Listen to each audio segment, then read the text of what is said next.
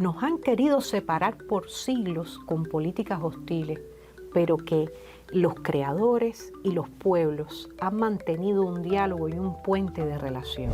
Cuando uno observa el nivel de contacto y diálogo entre la cultura cubana a lo largo de los siglos con los artistas, escritores, intelectuales estadounidenses, uno entiende que esa es una relación natural, normal. En Estados Unidos, Cuba tuvo, tiene y tendrá amigos. Independientemente del cierre hostil, siempre hay mecanismos para sostener el diálogo. Y de hecho lo sostenemos. Yo creo que a pesar del cerco, ese puente sigue tendido. Esto no es un podcast. Es una invitación a pensar en cómo somos. A Contracorriente, un espacio para mirar la cultura desde todas las aristas. Bueno, estamos en el último episodio o capítulo del podcast del ciclo dentro del podcast A Contracorriente, dedicado a conversar con Magda Recic Aguirre, que es, como bien se conoce, periodista, crítico, escritora, conocedora de la cultura cubana, vicepresidenta primero de la UNIAC, directora de comunicación de la Oficina del Historiador de la Ciudad. En fin, ha realizado y realiza muchas actividades relacionadas siempre con la cultura, y esto es algo histórico, desde que yo la conozco. Magda tiene ese interés por la cultura. Cuando era periodista en Juventud Rebelde, siempre. Hay una serie de entrevistas muy buenas que tú hiciste, Magda, deberías convertir, te lo digo siempre, en un libro, en algo. Muchas de esas entrevistas no han perdido vigencia. Hemos hecho un ciclo muy importante, interesante, y hemos hablado sobre todo de resistencia. Hemos hablado de cómo la cultura constituye un valladar para enfrentar la fortaleza a la conciencia de un país y a la manifestación espiritual de una nación. Nos enfrentamos, Magda, a un enemigo muy poderoso que siempre ha estado ahí con nosotros, pidiéndonos o tratando de impedirnos ser libres, ser independientes, ser soberanos en todos los campos. Y en el campo cultural eso adquiere una dimensión heroica por parte nuestra, porque el andamiaje es enorme al que nos enfrentamos y nuestra capacidad de resistencia siempre se manifiesta.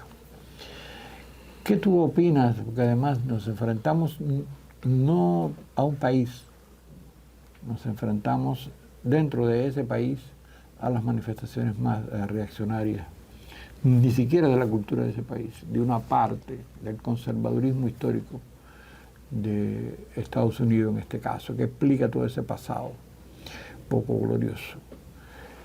¿Cómo tú juzgarías la cultura norteamericana en su aspecto más positivo hoy? Tus relaciones con los intelectuales norteamericanos, tu tiempo allá, cuando hiciste... A ver, vivimos tiempos muy difíciles, pero siempre que reflexiono sobre los tiempos difíciles, pienso que mi generación nació en tiempos difíciles y que la nación cubana se ha forjado en tiempos difíciles. Porque si vamos a pensar en el modo en que se hizo el grito de independencia por Carlos Manuel de Céspedes, el 10 de octubre de 1868, las circunstancias eran bien difíciles para enfrentar el colonialismo español. Y luego, si vamos un poquito más adelante en el tiempo, pensemos en José Martí, el gran poeta, el gran escritor, el gran político cubano, que vivió 15 años en Estados Unidos, mucho más tiempo que en su propio país, desterrado allí, exiliado allí, recaudando recursos. Maceo en Baraguá. Martí recaudando recursos para la independencia cubana dentro de Estados Unidos. Y el ver eso siempre me hace sentir que en Estados Unidos Cuba tuvo tiene y tendrá amigos. Y cuando he podido visitar Estados Unidos y entrar en contacto con el sector artístico e intelectual estadounidense, conocer al pueblo profundo, ese de Estados Unidos, que puede estar al norte en Vermont, el estado de Bernie Sanders, o puede estar en Montana, que son poblaciones a las que uno se acerca y uno nota el desprejuicio total en la relación con Cuba, el recibimiento afable, amable de un cubano. Uno entiende que en lo más profundo el pueblo norteamericano tiene hijos de una gran nobleza. Y cuando uno observa el nivel de contacto y diálogo entre la cultura cubana a lo largo de los siglos con los artistas, escritores, intelectuales estadounidenses, uno entiende que esa es una relación natural, normal, que se ha visto viciada y se impide en muchas ocasiones por los gobiernos de turno que pasen por ese momento en Estados Unidos. Y en especialmente el gobierno de Donald Trump, la situación ha sido extremadamente hostil. Pero tanto los estadounidenses de buena voluntad, los creadores que sí han entendido lo que es Cuba y lo que representa el arte y la literatura cubana en la región, en el mundo, sostienen un diálogo que sobrevive y supera todas esas barreras. Y cuando uno logra encontrarse con un artista estadounidense que viaja a Cuba a pesar de todas las prohibiciones y que en medio de toda esta hostilidad se las arregla para llegar y compartir con sus colegas cubanos y compartir y dialogar a través de la música, uno entiende que nos han querido separar por siglos con políticas hostiles, pero que los creadores y los pueblos han mantenido un diálogo y un puente de relación que es, diríamos, lo más auténtico y lo más natural. Deberíamos sostener una relación natural. Y cuando se ha abierto un poquito la puerta, se ha probado que los ciudadanos estadounidenses viajan a Cuba y cuando encuentran al cubano y descubren nuestra realidad, regresan a su país totalmente desprejuiciados, diríamos, de que la historia no es exactamente como se la contaron. Entonces, yo creo que independientemente del cierre hostil, siempre hay mecanismos para sostener el diálogo. Y de hecho lo sostenemos con instituciones, con organizaciones culturales estadounidenses a lo largo del tiempo. Yo pienso en sitios de Estados Unidos que he podido hasta visitar y donde los cubanos hemos recibido un abrigo, un respeto, hemos sido cálidamente recibidos. Y por ejemplo, ¿qué pensar de instituciones de gran prestigio como el Smithsonian o como las propias universidades estadounidenses que nunca se han cerrado a ese diálogo? Pienso en la Universidad de Alabama que superó todos los periodos. Exacto, ahora el impacto de esta brutalidad. Entonces, ningún ciudadano de Estados Unidos con una inteligencia normal y con una capacidad, diríamos, para expresar desde el humanismo sus relaciones sociales, se negaría un diálogo natural. Y lo mismo sucede con los artistas. Por ejemplo, hay que pensar en esa filosofía que siempre defendió Alice Walker, la gran escritora norteamericana que recientemente también estuvo en Cuba. Hay que pensar en esa gran filosofía que defendió cuando hablaba del pueblo cubano y de su líder Fidel Castro como una gran secuoya, como un árbol resistente que sobrevive a todas las hostilidades. Y a esa gran secuoya los estadounidenses miran siempre, y los que entienden la historia y las razones nos admiran y nos respetan por nuestra capacidad de resistencia. Y muchas veces sienten vergüenza ajena porque es su gobierno, pero sienten vergüenza por el modo en que se nos trata, por el modo en que se toman medidas cada vez más extremas para acercar a Cuba, para negarle respirar, para negarle comerciar, para negarle intercambiar culturalmente, que son, diríamos, opciones naturales que debería tener cualquier nación. De la historia de esa hostilidad, podríamos exaltar, por ejemplo, la figura de José Martí en aquellos tiempos, cuando pudo vivir la sociedad estadounidense, la describió como pocos y desarrolló mucho de su obra literaria allí.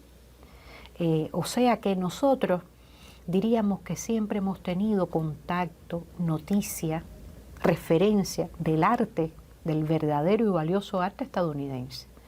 Y tú sabes, como lo sé yo, que en nuestras academias nunca se ha excluido la enseñanza del arte de Estados Unidos como parte del arte universal. Y que nuestros músicos, nuestros pintores, nuestros escritores admiran las artes estadounidenses, las estudian, las toman como referencia. O sea que yo creo que a pesar del cerco, ese puente sigue tendido y que hemos sido capaces en casi 70 años de bloqueo estadounidense de sortear muy diversos obstáculos para mantener un intercambio cultural que sobrevive aún en las peores condiciones. Ah, claro, si se levantaran esos impedimentos, nuestro diálogo sería mucho más cercano, más fraterno y sería de beneficio para ambas comunidades creativas, para los estadounidenses y para los cubanos. Pero es cierto que lo que estamos viviendo hoy impide mucho de ese diálogo.